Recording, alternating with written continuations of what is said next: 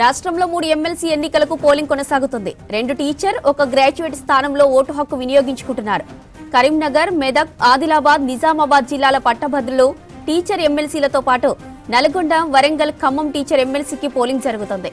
మార్చి 3న ఎన్నికల ఫలితాలు విడుదల కానున్నాయి. మొత్తం 24 జిల్లాల్లో జరిగే పోలింగ్ కోసం అన్ని ఏర్పాట్లు చేశారు అధికారులు. ఉదయం మాక్ డ్రిల్ తర్వాత 8 గంటల నుంచి పోలింగ్ ప్రారంభమైంది. ఉదయం నుంచే ఓటర్లు భారీగా తరలివచ్చి పోలింగ్ కేంద్రాల్లో ఓటేస్తున్నారు. Medak, Nizamabad, Karimnagar, Adilabad graduate, teacher MLC ఎన్నికలకు సంబంధించి 15 జిల్లాల్లో మొత్తం 773 పోలింగ్ కేంద్రాలు ఏర్పాటు చేశారు. ఇందులో 406 గ్రాడ్యుయేట్ పోలింగ్ స్టేషన్లు, 181 టీచర్ పోలింగ్ స్టేషన్లతో పాటు టీచర్స్, గ్రాడ్యుయేట్ ఓటర్లకు కలిపి 93 కామన్ పోలింగ్ కేంద్రాలను ఏర్పాటు చేశారు. మెదక్, నిజామాబాద్, కరీంనగర్, ఆదిలాబాద్ గ్రాడ్యుయేట్ ఎమ్మెల్సీ స్థానంలో 3,55,159 మంది ఓటర్లున్నారు. ఈ స్థానంలో 56 మంది బరిలో నిలిచారు. ప్రధానంగా కాంగ్రెస్ అభ్యర్థి ఆల్ఫోర్స్ నరేందర్ రెడ్డి, బీజేపీ అభ్యర్థి చిన్నమైల్ అంజిరెడ్డి, బీఎస్పీ అభ్యర్థి ప్రసన్న హరికృష్ణ మధ్య పోటీ నెలకొంది. మెదక్, కరీంనగర్, నిజామాబాద్, ఆదిలాబాద్ టీచర్ ఎమ్మెల్సీ స్థానంలో 27,088 మంది ఓటర్లున్నారు. ఈ స్థానంలో 15 మంది బరిలో నిలిచారు. ప్రధానంగా బీజేపీ అభ్యర్థి మల్క కుమరయ్య, పీఆర్టీయూ అభ్యర్థి వంగ మహేందర్ రెడ్డి, యూటీఎఫ్, టీపీటీఎఫ్ అభ్యర్థి అశోక్ కుమార్, సిట్టింగ్ ఎమ్మెల్సీ రఘోత్తం రెడ్డి మధ్య పోటీ ఉంది. వరంగల్, ఖమ్మం, నల్గొండ టీచర్ ఎమ్మెల్సీ ఎన్నికకు సంబంధించి 3 ఉమ్మడి జిల్లాల పరిధిలోని 191 మండలాల్లో 200 పోలింగ్ కేంద్రాలు ఏర్పాటు చేశారు. మొత్తం 25,797 మంది టీచర్లు ఓటర్లుగా నమోదు చేసుకున్నారు. సెగ్మెంట్లో 19 మంది బరిలో నిలిచారు. వీరిలో సిట్టింగ్ ఎమ్మెల్సీ యూటీఎఫ్ నుంచి అలుగుబెల్లి నర్సిరెడ్డి, టీపీఆర్టీయూ నుంచి గాల్రెడ్డి హర్షవర్ధన్ రెడ్డి, పీఆర్టీయూటీఎస్ నుంచి పింగల్ శ్రీపాల్ రెడ్డి, బీజేపీ తరపున పులి సరోత్తం రెడ్డి బరిలో ఉన్నారు.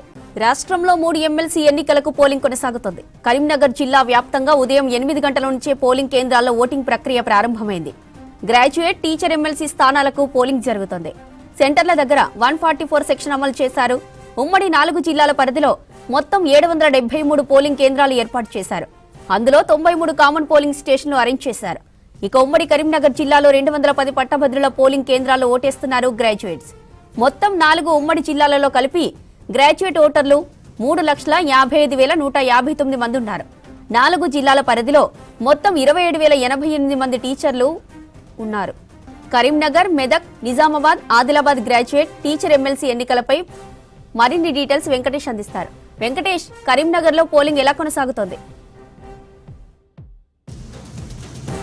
గ్రాడ్యుయేట్లు కావచ్చు, టీచర్లు కావచ్చు, ఉదయం 8 గంటలకు పోలింగ్ ప్రారంభమైన వెంటనే చాలా పెద్ద ఎత్తున కూడా పోలింగ్ కేంద్రాలకు వచ్చారు. వాళ్ళలో ఓటు చైతన్యం కూడా కనిపిస్తుంది. చూడొచ్చు, మనం ప్రజెంట్ కరీంనగర్ మంకమ్మ తోటలోని గర్ల్స్ హై స్కూల్ దగ్గర ఉన్నాం. ఇక్కడ చాలామంది పట్టభద్రులు ఉదయం నుంచే ఓటు హక్కు వినియోగించుకుంటున్నారు. ఓట్లు వేసే వాళ్ళలో యూత్ 18 సంవత్సరాల నుంచి దాదాపు వృద్ధుల వరకు కూడా ఓటు హక్కు వినియోగించుకుంటున్న సిచ్యువేషన్ చూడొచ్చు. కొద్దిసేపటి క్రితమే కాంగ్రెస్ పార్టీ అభ్యర్థి నరేందర్ రెడ్డి కూడా పోలింగ్ కేంద్రానికి చేరుకున్నారు. ఇదే బూత్లో 316 బూత్లో ఆయన ఓటు వేస్తూ ఉన్నారు. తర్వాత ఇక్కడ చూడొచ్చు, మనకు చాలామంది ఓటు వేసేందుకు కూడా ఇక్కడ వచ్చారు. మొత్తం మనం ముందే చెప్పుకున్నట్టుగా 56 మంది అభ్యర్థులకు సంబంధించి ప్రయారిటీ వైజ్గా వేసే ఓటుకు సంబంధించిన ఇది చూడొచ్చు. మనం ఇక్కడ అభ్యర్థి నరేందర్ రెడ్డి కూడా ఇక్కడ మనకు 316 బూత్లో ఓటేస్తున్నారు. దానికి సంబంధించిన విజువల్స్ కూడా ఇప్పుడు మనం చూడొచ్చు. తర్వాత మొత్తంగా మనం చూసుకుంటే కాంగ్రెస్ పార్టీ నుంచి ఆల్ఫోర్స్ నరేందర్ రెడ్డి, తర్వాత బీజేపీ నుంచి చిన్నమైల్ అంజిరెడ్డి, తర్వాత ప్రసన్న హరికృష్ణ బీఎస్పీ పార్టీ నుంచి ఉన్నారు. తర్వాత ఆల్ ఇండియా ఫార్వర్డ్ బ్లాక్ నుంచి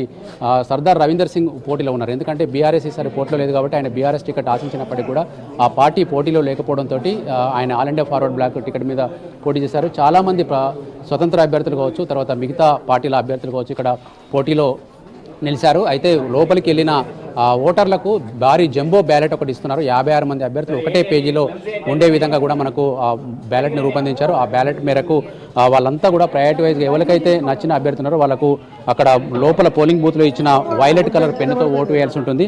ఆ ఓటు ప్రకారము మనకు 1, 2, 3, 4 అట్లా ప్రియారిటీ ఇవ్వాల్సి ఉంటుంది. పెద్ద ఎత్తున కూడా చెల్లని ఓట్లు నమోదయ్యే అవకాశం ఉంది. ఆ అవకాశం ఉన్న నేపథ్యంలో చాలా ఇన్స్ట్రక్షన్స్ కూడా వీళ్ళకి ఇచ్చారు. ఎందుకంటే బ్యాలెట్ పేపర్ మీద రోమన్ అంకెల్లో నంబర్ వేయడం కానీ, స్పెల్లింగ్ రాయడం కానీ, తర్వాత వేసిన నంబర్ను పదే కొంతమంది హైలైట్ కావాలని దిద్దుతూ ఉంటారు. అట్లాంటివన్నీ కూడా చెల్లకుండా పోయే ప్రమాదం ఉంది. దీనికి సంబంధించి కొంతమంది ఓటర్లు కూడా మనం మాట్లాడిద్దాం. ఈ ఎన్నికల్లో వాళ్ళు ఏం ఆశిస్తున్నారు. సార్ ఎక్కడి నుంచి వచ్చారు? కరీంనగర్ లోకల్. ఓకే, సాధారణంగా ఎమ్మెల్యే ఎన్నికలంటే మనకు చట్టసభలో వాణి వినిపిస్తాడు, ఎమ్మెల్యేగా కొన్ని చట్టాలు ఇస్తారు. అదేవిధంగా శాసన మండలి కూడా చాలా ఇంపార్టెంట్. మీరు ఏం ఆశించి ఓట్లు ఇస్తున్నారు? ఏం ఆశిస్తున్నారు గెలిచే వాళ్ళ నుంచి? గెలిచేవాళ్ళు ప్రజలకు మేలు చేసే విధంగా, ఇది గ్రాడ్యుయేట్ ఎలక్షన్స్గా ఓటింగ్ కాబట్టి విద్యావంతులకు, నిరుద్యోగులకు ఉద్యోగ భృతి కానీ, ఉపాధి కల్పన కానీ, మరియు ఎంప్లాయీస్కు వచ్చే హక్కుల గురించి కానీ, రిటైర్మెంట్ ఎంప్లాయీస్కి వచ్చే అన్నిటికి ప్రభుత్వాలు అన్నీ డిలే చేస్తున్నాయి కాబట్టి ఇటువంటి వాటికి వాళ్ళు శాసనమండలిలో గలమెత్తి కొంచెం ప్రశ్నించే గొంతుకలను ఎన్నుకుందాం అనుకుని ఓటింగ్. అభ్యర్థులు ఈ మేరకు మీ దగ్గరికి వచ్చి హామీలు ఇచ్చారా? మనం ఇట్లా చేస్తాం, మమ్మల్ని గెలిపిస్తాను? ఏం హామీలు ఏమి లేకనే సోషల్ మీడియాలో ప్రచారం చేసుడే తప్ప ఇంకా వచ్చి హామీలు ఇచ్చి డైరెక్ట్ కలిసుడు అయితే ఏం లేదు. పెద్ద బ్యాలెట్ పేపర్ 56 మంది ఉన్నారు కదా, మనం ప్రియారిటీ ఓట్లు వేయాల్సి ఉంటుంది. ఎట్లా ఉంటుంది సార్ లోపలికి? అంతా గ్రాడ్యుయేట్స్ కాబట్టి పెద్ద ప్రాబ్లం ఏమి ఉండదు. వాళ్ళు ఆ సీరియల్ నెంబర్ చూసుకుంటారు, వేసేస్తారు. దాంట్లో పెద్ద ప్రాబ్లం ఏం లేదు. విద్యావంతులు కాబట్టి అంత గ్రాడ్యుయేట్సే కాబట్టి దీనికి ఏం సమస్యనైతే ఉండదు. మీరెక్కడి నుంచి వచ్చారు? నేను కరీంనగర్ లోకల్. ఎట్లా ఉంది సార్ ఇప్పుడు ఈ ఎమ్మెల్సీ ఎన్నికల ట్రెండ్? ట్రెండ్ అంటే కాదు కానీ మీరు ఏం ఆలోచించి ఓటేస్తున్నారు? ముఖ్యంగా గెలిచే అభ్యర్థులు ఏం చేయాలని కోరుకుంటున్నారు? యాక్చువల్గా నిరుద్యోగం బాగా ఉంది మన దేశంలో. ఈ నిరుద్యోగులను కొట్లాడి విద్యావంతులందరినీ కూడా ఒక ఉపాధి కల్పన కల్పించే దిశగా వీళ్ళు శాసనసభలో మాట్లాడాలని, అట్లాంటి మాట్లాడే వ్యక్తికే మేము వేస్తున్నాం ఓటు. ఎవరికి పడితే వాళ్ళకి మన ఓటు విలువైంది, ఎవరికి వారికి వేయద్దు. ఒకటే ప్రియారిటీ ఇస్తారా? ఇంకా కొన్ని ప్రియారిటీస్ ఉన్నాయి మీకు? ఉన్నాయి, చాలా ప్రియారిటీస్. చాలా ఏం లేవులే, 3-4 అయితే ఉన్నాయి. ప్రియారిటీస్ అయితే ఇస్తారు. మీరు సార్? నేను ఇక్కడ నుంచి లోకల్ కరీంనగర్ బావిలపల్లి. ఏం సార్ ఏం కోరుకుంటున్నారు మండలికి వెళ్ళే అభ్యర్థి నుంచి? చట్టసభలో మేధావి వర్గం ప్రాతినిధ్యం ఉండాలి, నిరుద్యోగులకు న్యాయం జరగాలి. అలాగే ఇంకా కొన్ని సంస్కరణల పరంగా మేధావి వర్గం ప్రశ్నించే గొంతుకు ఒకటి అక్కడ ఉండాలని కోరుకుంటూ ఓటేస్తాను. అయితే సాధారణంగా మనకు ఎమ్మెల్యే ఎన్నికలు అయితేనేమో వాళ్ళు చాలా హామీలు ఇస్తారు, బహిరంగ సభలు పెడతారు. ఇట్లా మీ దగ్గరికి వచ్చి ఏమన్నా వాళ్ళు మమ్మల్ని గెలిపిస్తే ఇది చేస్తాం, అది చేస్తాం చెప్పిన సందర్భాలు సార్? అందరు చెప్పేది అదే, నిరుద్యోగులకు సంబంధించి. తర్వాత ఇంకా చట్టసభలో మన యువతకు సంబంధించిన ఉపాధి కానీ దానికి సంబంధించి కానీ ఎక్కువ హామీలు ఇవ్వడం జరిగింది. ఓకే, ఓటు చాలా మనం గ్రాడ్యుయేట్ ఓట్లు కూడా గతంలో చాలా చెల్లకుండా పోయినాయి. అట్లాంటి జాగ్రత్తలు ఏం తీసుకుంటున్నారు సార్? ఇప్పుడైతే చాలా అవేర్నెస్ వచ్చింది. చాలా రోజుల నుంచి పీపీటీ కానీ, సోషల్ మీడియాలో కానీ, కరపత్రాలు కానీ చాలా వరకు అవేర్నెస్ ఉంది. అట్లాంటిది ఏం జరగకపోవచ్చు ఈసారి. అట్లాంటి చెల్లనోటు శాతం తక్కువ ఉంటుంది అనుకుంటున్నాను. అందరికి అవగాహన వచ్చింది ముఖ్యంగా. అదేవిధంగా మనకు చాలామంది అభ్యర్థులు అయితే వాళ్ళు నిరుద్యోగ సమస్య కావచ్చు, ఉద్యోగుల సమస్యలు కావచ్చు, ఇవన్నీ పరిశీలించేందుకు కూడా మనకు వస్తూ ఉన్నారు. ఇక్కడ కూడా కొంతమంది ఓటర్లు ఉన్నారు, వాళ్ళని కూడా మనం మాట్లాడిద్దాం. ఇక్కడ వృద్ధులు కూడా వచ్చి ఓటాకు వినియోగించుకున్నారు. సార్ ఎక్కడి నుంచి వచ్చారు సార్? మంకమ్మతోట. ఇంత చేత కాకుండా వచ్చి ఓటేశారు, ప్రతిసారి వేస్తున్నారా? ఏం సార్ ఈ గ్రాడ్యుయేట్ ఎమ్మెల్సీ ఓట్లలో ఏం కోరుకుంటున్నారు? కోరుకునేది ఏముంటుంది, అభ్యర్థి మంచి మనిషి కావాలి అంతే. ఓకే, ఏమైనా డిమాండ్లు ఉన్నాయా? డిమాండ్లు ఏం లేవు, గెలిచిన తర్వాతనే డిమాండ్లు. అంతేనా? మీరు ముందు ఓటేసి గెలిపించిన తర్వాత డిమాండ్లు పెడతారు. అమ్మా మీరు? అంతే సార్. ఇక్కడ మీరు ఏం చదువుకున్నారమ్మా? గ్రాడ్యుయేషన్, పీజీయా? టీచర్ కూడా ఉందా మీకు ఓటాకు? ఉంది సార్. ఉంది. అటు కూడా వెళ్ళారా? ఇక్కడ వేసి అక్కడ వెళ్తారా? ఎట్లా? ఇప్పుడు అది ఎక్కడ మాకేం స్లిప్లు ఇవ్వలేదు, ఇది ఒక్కటి దాని గురించి ఇచ్చారు కాబట్టి వచ్చేస్తున్నాం సార్. అదేవిధంగా మనకు ఆల్ఫోర్స్ నరేందర్ రెడ్డి కూడా మనకు బయటకు వచ్చారు. ఆయన కూడా మనం మాట్లాడించే అవకాశం ఉందాం, చూద్దాం ఒకసారి. ఆయన ఓటు వేసి బయటకు వచ్చారు, కాంగ్రెస్ పార్టీ అభ్యర్థిగా ఉన్నారు. ఆయన దాదాపు ఇక్కడ ఆల్ఫోర్స్ విద్యా సంస్థకు సంబంధించి ఆయన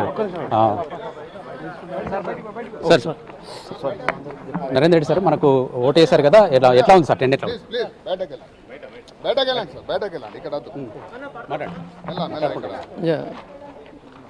చాలా సంతోషం. రియల్గా పొద్దున్నే కూడా మంచి రెస్పాన్స్ కనబడుతుంది. మరి పట్టభద్రులు అందరూ కూడా బాగా అవేర్ అయి ఉన్నారు కాబట్టి 8 గంటల నుంచి కూడా అన్ని సెంటర్లలో మంచి కోలాహలం కనబడుతున్నది. And no doubt at all, ఖచ్చితంగా ఇది ఒక పాజిటివ్ సిమ్టమ్. మరి ముఖ్యంగా ప్రజాస్వామ్యంలో ఈ ఓటు అనే ఆయుధాన్ని అందరూ ఉపయోగించుకోవాలి. ముఖ్యంగా పట్టభద్రులు ఎడ్యుకేటెడ్ కాబట్టి దూర ప్రాంతాల నుంచి కూడా మరి వాళ్ళు వస్తున్నారు. హైదరాబాద్ కావచ్చు, బెంగళూరు కావచ్చు. మరి పట్టభద్రులందరూ కూడా ఖచ్చితంగా మరి ఓటు హక్కును ఉపయోగించుకోవాలి, ధర్మాన్ని కాపాడాలని చెప్పేసి కూడా నేను కోరుతున్నాను. ఇట్స్ గుడ్ రియల్లీ అన్ని బూత్లలో కూడా ఇట్లా ఉందా సార్ స్ట్రెంత్ మొత్తం? ఎస్ అన్ని బూత్లలో కూడా మంచి పాజిటివ్ రెస్పాన్స్ ఉందండి. Thank you. ఇది మనకు నరేందర్ రెడ్డి గారి గురించి వీళ్ళందరూ కూడా ఓటు హక్కు వినియోగించుకొని బయటకు వెళ్తా ఉన్నారు. మిగతా అభ్యర్థులు కూడా ఆయా కేంద్రాల్లో ఓటు హక్కు వినియోగించుకోబోతున్నారు. కరీంనగర్లో కనుక చూస్తే మనకు మంత్రి పొన్నం ప్రభాకర్ తన హుస్నాబాద్ నియోజకవర్గంలో ఓటు వేయబోతున్నారు. తర్వాత కరీంనగర్లో బండి సంజయ్ కావచ్చు, తర్వాత ఎమ్మెల్యే గంగుల కమలాకర్ కూడా ఓటు హక్కు వినియోగించుకునే అవకాశం ఉంది. అటు జగిత్యాల్లో ఎమ్మెల్యే జీవన్ రెడ్డి ప్రధానంగా మనకు ఇప్పుడు సిట్టింగ్ ఎమ్మెల్సీగా ఉన్నారు. ఆయన కూడా తన ఓటు వేయబోతూ ఉన్నారు. అదేవిధంగా జిల్లా కలెక్టర్ సత్యప్రసాద్ అక్కడ ఇప్పటికే ఓటు హక్కు వినియోగించుకున్నారు. ఓవరాల్గానైతే గ్రాడ్యుయేట్లలో గతంలో కంటే కూడా ఓటర్ చైతన్యం ఎక్కువగా కనిపిస్తుందని చెప్పొచ్చు జ్యోతి.